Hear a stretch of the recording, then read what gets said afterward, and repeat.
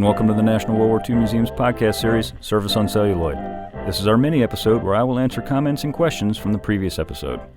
My name is Seth Paradin, historian and digital content manager here at the National World War II Museum in New Orleans, and today we'll be continuing our discussion on the 1992 film, A League of Their Own. The film focuses on the story of the All-American Girls Professional Baseball League, the women's professional baseball league founded by gum magnate Philip K. Wrigley in 1942, when minor league teams were hurting for talent as men were being drafted to serve in World War II. A League of Their Own was directed by Penny Marshall and written by Mark Mandel and Lowell Gantz. It stars Gina Davis, Tom Hanks, Madonna, Rosie O'Donnell, and Lori Petty. The film was a box office and critical success. Baseball was a unifying factor in a lot of communities. And Ware Shoals, we also had a team that Regal sponsored, a black team as well. And so it has been, I think, a unifying factor in this, in our country in a lot of ways. But it also provided great recreation and great learning and great teachers, and I was fortunate to be able to participate in that. That was the voice of Lou Brissie, former Major League pitcher for the Philadelphia Athletics and infantry veteran of the Italian campaign. We'll hear more from and about Lou later on. World War II was a special time in the history of the United States. It was a time that allowed for advances in our social structure that might not have happened had it not been for the war. African Americans were integrated into the society of the United States far more than they ever had been before because of the war. The actions of military units such as the 332nd Fighter Group, which is better known as the Tuskegee Airmen, would set the pace for the civil rights era of the 1960s. But it wasn't just African Americans who gained more freedom because of the war. It was also American women. Prior to the war, American women generally stayed home. Yes, there were a great many who had jobs, but those jobs, for the most part, were jobs that women had historically held, such as jobs in the textile industry or nursing. During World War II, the amount of women workers in the United States grew quite a bit. The female workforce in the U.S. grew by over 6.5 million throughout the war years. There's a popular belief in American memory that every woman who went to work during the war went to work in a factory. And there's the thought that every woman gave up her apron and grabbed a welder's mask and stuff like that. Well, much like many myths, that's simply not true. Not every woman worked in the labor industry. At the height of the war in 1944, women comprised only 4% of the labor force in the United States. That's at the height of the war. And by labor force, I'm referring to skilled labor, such as vehicle production, aircraft production, etc., things like that. Women factory workers increased from a 1940 rate of 20% to a 1944 rate of 30%. So clearly, not every woman was a Rosie, as we like to call them, or as we incorrectly like to remember. Yet despite that false memory, American women still contributed to the war effort a great deal in a wide variety of ways. And I think this is shown pretty well in A League of Their Own. Now, granted, you don't see ladies, working in a factory or doing things that we're about to mention. They're playing baseball, but that's a part of it. Women wound up picking up a wide variety of jobs, not just factory jobs, as I said, that all in their own way contributed to the war effort on the American home front. As the men left their jobs and were either drafted or enlisted in the armed services, the jobs that they vacated had to be filled. The jobs didn't just disappear. They didn't just go away. And so women took on jobs, not always factory jobs, like I said, that normally had been populated with men. Gradually, there began to appear female bartenders, female delivery drivers, female gas station attendants, and the like. One of the ladies who took on jobs that traditionally had been filled by men was a lady named Virginia Hamilton. She's in our oral history collection. Miss Hamilton grew up in Alabama, where her father, who was a newspaper journalist, showed her the ropes of newspaper reporting beginning at a very young age. During the war, after some of the local male reporters for the Anniston Star, she lived in Anniston, Alabama, were called to active duty, she became that paper's first female reporter. Let's hear from Miss Hamilton as she relates her memories of those days. And so as men went into service or were drafted, jobs opened for young women. And it had never opened before. Young women had been secretaries. You might be a grammar school teacher. You might be a nurse. You might work at the telephone company answering the phone, things like that. But that was about the limit of it. And if you were a middle class child, as I was, you were just expected to marry. And it was programmed into your brain. So I was put that off for a while I took jobs in journalism. So I was my first job in Anniston, Alabama, was replacing a young man who had been called into service in a small weekly newspaper. I stayed there for a while, and then the Birmingham News began to lose its male reporters. And my father worked there, so I was called up from the little town and said, better come in and work in the Birmingham News. We need people to write obituaries, PTA columns, and other minor things, and they called us girl reporters. And so I was a girl reporter for a couple of years at the Birmingham News. And we did silly things. We did quirky things. One series I did was trying to take jobs that women had not had before the war, and such a job as being a parking lot attendant. And I went one day to a parking lot, and boys used to park all the cars, but now girls were parking the cars, and I did that, and I wrote about that. And I did a delivery truck job one day, and I wrote about that. And because that was news to all of us that girls did things like that, delivered packages or parked cars. From sewing parachutes to tending bar, from building tanks to lifting home front morale by playing in wildly successful women's softball leagues, American women played their part all across the country. A League of Their Own focuses on baseball during the war, or women's baseball. Or it should have actually been a softball movie, as we talked about in the main episode, but nevertheless, the film focused on America's pastime. One could argue that today, football has taken over the moniker of America's pastime, but during the war, baseball was undoubtedly king. American football was popular, but was not nearly as popular as baseball was. So when the United States went to war in 1941, it was not surprising that baseball became an important part in servicemen's lives, just like we talked about in the main episode. Baseball was, as mentioned, factored into American servicemen's leisure time, whatever that may have been, what little leisure time they may have had. Impromptu baseball diamonds sprang up on the Pacific Islands where Americans were stationed, and a ball and glove were not an uncommon sight aboard U.S. Navy vessels all across the world. Ground crews in Europe often played baseball to pass the time as they waited for their aircraft to return from missions over Nazi-occupied Europe. And this is seen in archival footage and images all over England with the 8th and 9th Air Force. And as such, because baseball was so popular, it was expected when the war began that baseball players in the minor and major leagues also served their time in the armed forces. It's a pretty famous thing that in World War II, a lot of Hollywood stars joined the military, and baseball was no different. You know, Hollywood stars such as Jimmy Stewart, Clark Gable, Robert Taylor, and others had joined the ranks, and many of them saw combat. Baseball players, as much of a celebrity to American servicemen as any movie star, probably more so, frankly, were expected to do the same. One ball player who served was a man named Lou Brissie. Lou was a ball player from South Carolina playing in farm leagues when he was discovered by Connie Mack, the legendary Philadelphia A's manager. Philadelphia A's, now Oakland A's, of course. Lou signed his first major league contract at the ripe age of 16 years old to be a pitcher/first baseman. He decided to put off, what 16-year-old would do this, but he decided to put off his major league contract, or put off his major league career, rather to go to school. His father wanted him to go to college and finish college, so he did. He went to school until 1942 when he got out of college and decided to enlist in the United States Army.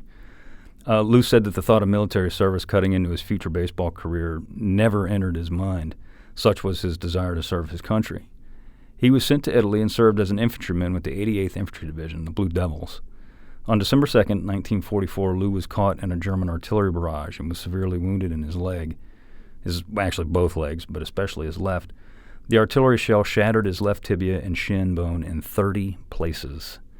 Fearing his baseball career aspirations to be nothing but a distant memory, Lou nevertheless persevered and suffered through over 23 operations on his leg to repair it. Let's hear Lou talk about his injury and his recovery. And the second shell, the next shell, hit right at my feet. I was hit with the second shell. I knew, of course, that I was hurt, and I was hurt bad. And it's the shock of it is such that you really, It's just hard to describe.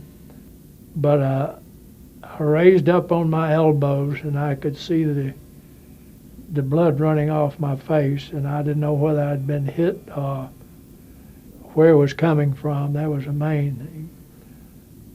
But I think you have a natural instinct to survive, so I tried to crawl into that creek bed and across that creek bed up beside a bank where there was some semblance of some protection, get back under that bank as much as I could. And I rolled over on my back and looked down, and I could see the blood coming out of my right boot, the instep of my right boot. But I couldn't see my left boot. My left foot didn't show anywhere. I could see the blood in that muddy creek, but I didn't see my foot. And I thought I'd lost my leg and part of my foot because I was still in the water that far down there. Just on the leg portion, probably had 5 or 6 operations there. I had 3 wounds in the left thigh, 3 wounds in the right thigh, right foot, left foot, ankle, and leg, lower below, right shoulder, and both hands. But he looked at me, and he took me on and worked with me and did reconstructive work on me and helped get me, improve me to the point I was discharged in the spring of '46, which was not that long for what I had done, really. And then the last day of the season in the American League, I went up and pitched in Yankee Stadium against the Yankees. I've often said I was probably the only major league pitcher who pitched the ball game with his mouth wide open because my jaw dropped, you know. I lost that game 5-2 and didn't do well, but it was a beginning. Lou Brissie's story is one of determination and, frankly, sheer guts. As Lou said, he pitched in his first major league game in 1947, and that's a little over a year after he had been discharged from the hospital. So what he didn't mention in there, when I should add, is that before he went and pitched in the game against the New York Yankees in Yankee Stadium, he was put into AAA. He pitched in AAA ball, and he pitched in 27 games in summer 1946, in the spring. And he was really good. He was really successful, and that's one of the reasons he was called up. Lou had a successful major league career, playing for the A's, and later on played for the Cleveland Indians.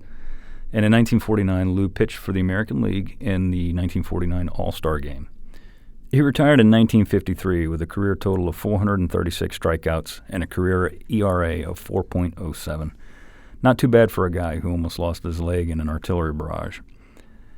Arguably one of the most famous ball players to serve was Cleveland Indians fireball and pitcher Bob Feller.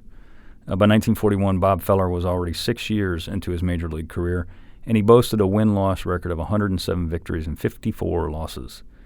Upon hearing about the Japanese attack on Pearl Harbor in his car that fateful Sunday, Bob immediately decided to join the United States Navy and apply for combat duty. He was sworn into the service on December 9th, 1941, and following his basic training assigned as a physical fitness instructor for the Navy.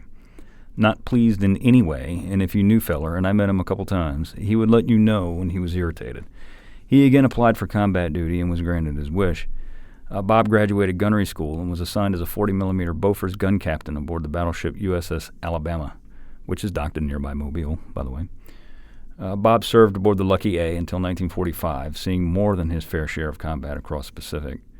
And Bob Feller he's deceased now, but he was a baseball legend in his time, and he's a Hall of Famer.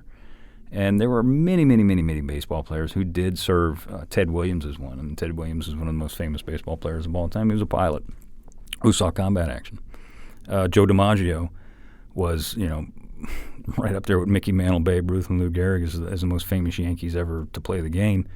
And Joe D, the Yankee Clipper, he joined the Army, and unlike Ted Williams and Bob Feller. He did not enjoy his time in the service whatsoever. He felt that the 3 years that he served in the United States Army robbed him of his most prime playing time, and he was very bitter about it till his dying day. Unlike Ted Williams and Bob Feller, Joe D. never saw any combat. He was put in the special services, and he played on the Army's baseball team for 3 years. For 3 years during the war. But back to Feller. Feller remained a Navy man at heart until his dying day, and like any real combat veteran, remembered the trivialities of life before the war and how service to his country, and especially combat experience, put all that into perspective. He said, and I quote, "Combat is an experience that you never forget. A war teaches you that baseball is only a game after all, a minor thing compared to the sovereignty and security of the United States. I once told a newspaper reporter that the bombing attack we lived through on the Alabama had been the most exciting 13 hours of my life. After that, I said, the pinstripe perils of Yankee Stadium seemed trivial, and that's still true today." And Bob Feller's I played baseball. A lot of kids did, obviously, and Bob Feller's always been one of my baseball idols, for many reasons, not the least of which is he was a pitcher and he served on the battleship Alabama, which is close and near and dear to my heart in my hometown, New Orleans. But there's another reason that I found out years later, is that my grandfather on my dad's side, he was a semi-pro baseball player in Ohio, around the Cleveland area, and he was a catcher. Well, Bob Feller was a pitcher, and Feller, in the time off between his seasons, he would pitch to semi-pro players who were in and around the area just to stay in practice. Well, one of the guys that he pitched to, who caught him, was my grandfather. And years later, we had a conference here at the National World War II Museum called Baseball in World War II, and Bob was one of the guest speakers here. And he had a line a mile long of people who had baseballs in their hands who wanted him to sign it, and I was standing in the line too, like any other starstruck baseball fan. And he just stuck out his hand for me to hand him the ball and didn't say a word to him. And then I asked him something. I said, "Mr. Feller," I said, "do you know a guy named Ralph Parrott?" And he did. He immediately said, yeah, I know Ralph. How do you know Ralph? I said, "He's my grandfather." Well, after that, Bob Feller, who was rather abrasive, to put it kindly, it was cool. He and I were cool for the rest of his time here, and I stuck with him the entire time here. And that's a pretty cool little memory for me to relate when it comes to Bob Feller and baseball in World War II. With that, I want to thank you so much for listening. We'll be taking a little break for a few weeks as we get ready for the holidays with our families and prepare more episodes for next season. However, we'll be back in December for a special episode when we discuss the holiday classic, It's a Wonderful Life. Just a reminder that if you like what we do here, please click that subscribe button, and our latest episodes will be automatically available on your device. If you'd like to hear the complete oral histories we played today, please visit our digital collections at www.online.org. That's www.2online.org. You can follow us on Facebook, Instagram, and Twitter at Service on Celluloid. Be sure to rate and review us on iTunes if you like what you hear. I'd like to thank everyone who made this podcast possible, our producer, Tessa Jager, and our sound engineer, Jeremy Burson. This has been a production of the National World War II Museum.